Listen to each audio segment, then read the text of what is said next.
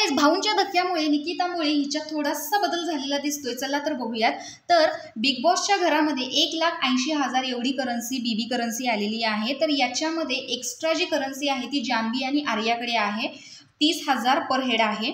तर यांना ही करन्सी लपवून ठेवायची आहे, कारण घरामध्ये 2 टीम आहेत आणि त्या दोन्ही टीम ज्या आहेत त्या एकमेकांचे पैसे घेण्याचा प्रयत्न करू शकतात आणि प्रत्येकाने आपापली करन्सी टीममध्ये डिस्कशन करून कशी लपवायची, कुठे लपवायची याचं डिस्कशन केलेलं आहे।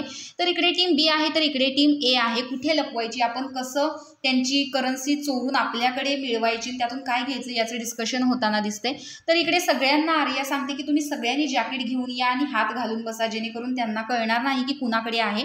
त्यानंतर इकडे अभिजित सावंत झोपलेला असतो आणि टीम ए जी आहे ती यांच्यावरती अटॅक करते, जेणेकरून यांच्या जॅकेटमधले असलेले पैसे आपल्याला मिळावेत।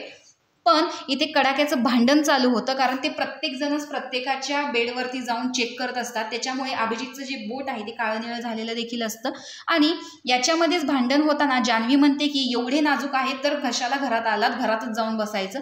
त्यानंतर इकडे निकी जी आहे ती जान्हवीला समजावत असते की बिग बीच्या घरात असं अटॅक करणं अलाउड नाहीये, आपण असं करायला नको होतं, कारण आपली बाजू जी आहे ती व्हिजिबल होती, ते झोपलेले होते आणि आपण त्यांच्यावर अटॅक केला हे चुकीचं दिसते आणि मी हे आता अरबाजला नाही सांगू शकत, कारण अभिजितची बाजू घेतलेली त्याला पटणार नाही।